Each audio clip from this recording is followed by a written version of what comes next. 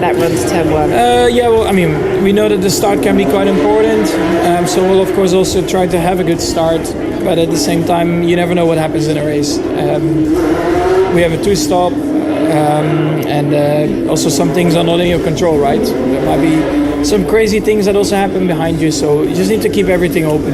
Can you win it? We need a bit of luck for that. Max Verstappen's Qatar qualifying looked like a miracle turnaround, but moments ago the FIA released new internal data that exposes something shocking hiding inside the RB21, and the findings change everything about the championship fight.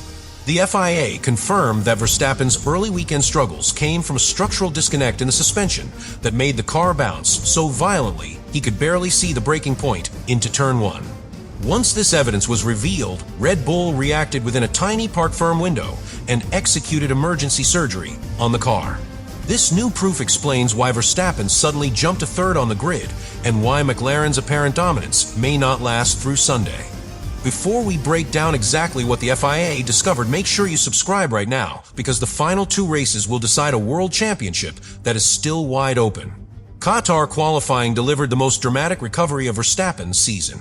After describing the RB21 as undrivable in the sprint due to extreme bouncing, he arrived at the main qualifying session with a transformed machine.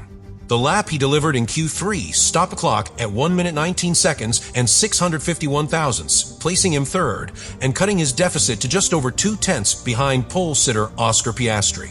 The FIA later confirmed that Red Bull's changes were made legally during the brief park firm reopening window. The early weekend problems were severe. Verstappen had been losing nearly half a second in the first sector because the front end was configured too stiff relative to the rear, causing the car to bounce aggressively over curbs and track imperfections. Helmut Marko admitted they had pushed the front too far trying to fix mild understeer, and the result was a disaster. Verstappen said on the radio that the car was jumping like a kangaroo and he could not see the braking point clearly. This instability prevented any meaningful pace and forced Red Bull to intervene. The solution came when the FIA's technical framework allowed a narrow opening of park firm after the sprint. Red Bull softened the front stabilizer bar and adjusted the ride height by a minimal but critical amount. This calmed the mechanical aggression of the suspension and stabilized the aerodynamic flow over the floor. Verstappen gained immediate trust in the high-speed corners of the final sector and delivered a lap that reflected his true competitiveness rather than the chaos of the morning session. McLaren, meanwhile, locked out the front row. Piastri delivered a perfect lap to secure pole position after winning the sprint, while Norris threw away provisional pole with a mistake in turn two. This error places him on the dirty side of the grid, while Verstappen starts directly behind Piastri on the clean racing line. The FIA highlighted that this starting arrangement will significantly influence the run into turn one, increasing the chances of an early shakeup between the title contenders. The World Championship situation intensifies the pressure. Norris leads with 396 points while Piastri holds 374 and Verstappen trails with 371. Starting third gives Verstappen a critical opportunity. If Norris wins and Verstappen finishes third, the gap becomes nearly impossible to close in the final race. But if Verstappen clears Norris at the start, the championship resets. The FIA evidence confirming Red Bull's suspension work now gives Verstappen the stability he needs to fight rather than survive. Verstappen's radio messages reflected the transformation. In Q3, he said the bouncing was still present in the first sector, but manageable. His tone shifted from desperation to calculated control. After qualifying, he acknowledged the car was still inferior to McLaren, but finally predictable enough to attack the lap. Christian Horner echoed this, saying the team changed the setup aggressively because they had nothing to lose, and that Verstappen responded with a magical lap when it mattered. The final FIA report confirms that the RB21 remains weaker in pure one-lap pace, but its structural behavior has stabilized enough to give Verstappen a credible chance on Sunday. With tire wear expected to be more manageable than in the sprint, and with the McLaren drivers under internal pressure, Verstappen enters the race with a genuine opening to disrupt the championship fight. The start will dictate everything. He launches from the ideal position directly behind the pole sitter on a circuit where the clean side can make the difference between victory and defeat. The core problem exposed during Verstappen's qualifying in Qatar was the violent instability generated by the RB21's front suspension configuration.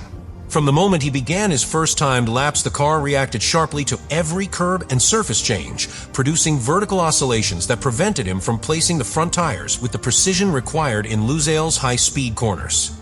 This track rewards commitment and confidence, yet Verstappen was forced to drive reactively because the chassis refused to settle. The lack of stability on entry created hesitation at the exact moment a driver must lean on the grip available, and this hesitation cost time even before the first sector was complete. A second problem came from the mismatch between the front and rear axles. The RB21's front end had been configured with excessive stiffness in an attempt to sharpen rotation. Instead, it produced a front response that was too aggressive for the rear to follow. The FIA's data confirmed that this mismatch generated a mechanical imbalance that sent the chassis into repeated bouncing episodes. Verstappen described a sensation as the car jumping across the track surface, which prevented any stable aerodynamic flow over the floor. A Formula One car cannot build downforce consistently if the suspension is fighting itself, and in Qatar the two ends of the chassis were operating out of rhythm.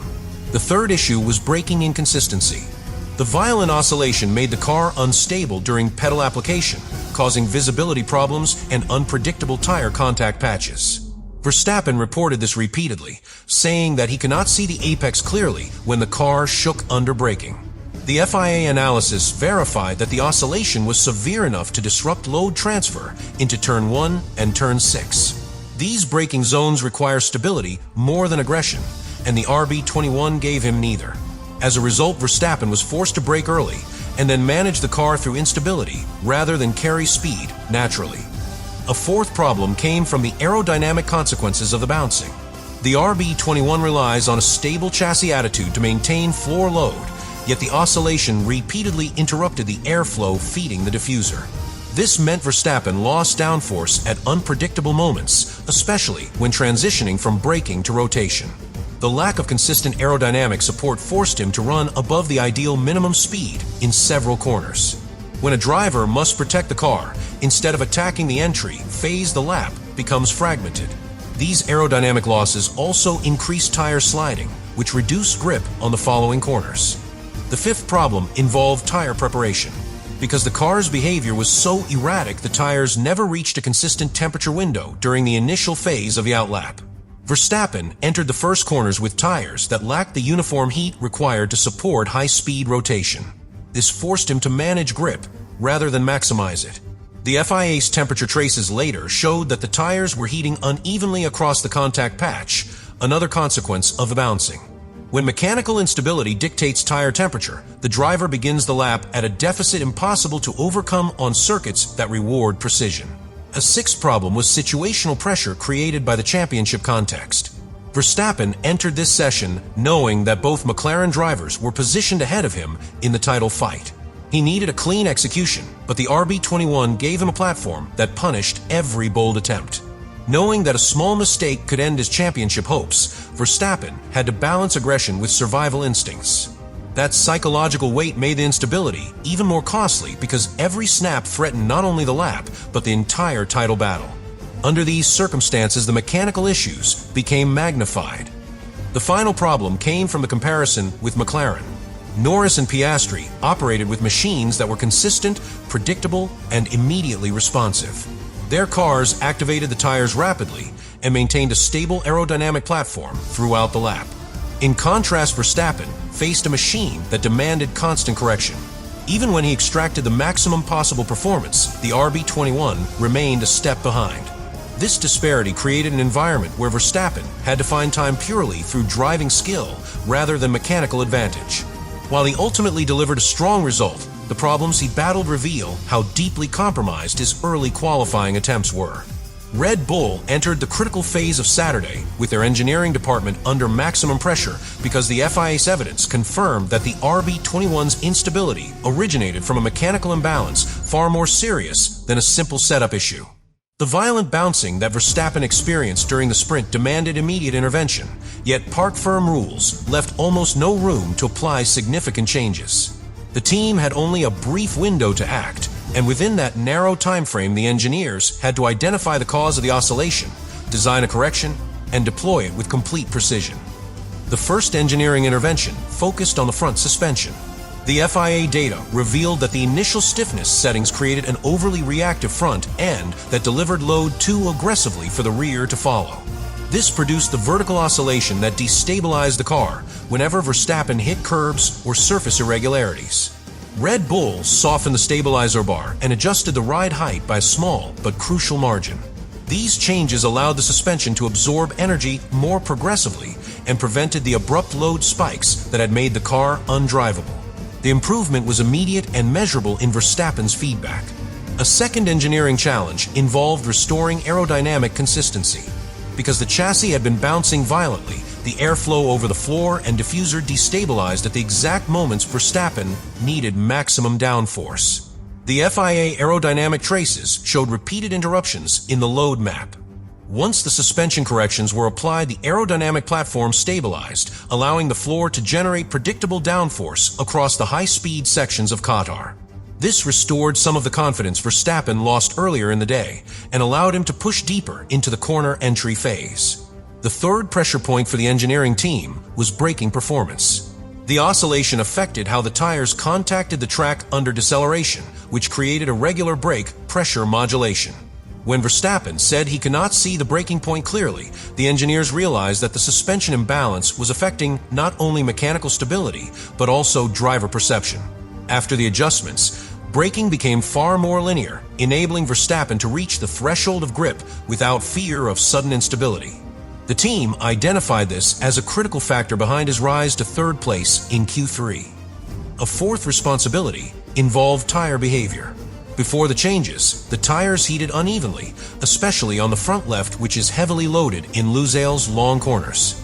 This uneven heating contributed to inconsistent grip and forced Verstappen to compensate with steering inputs rather than letting the chassis work naturally.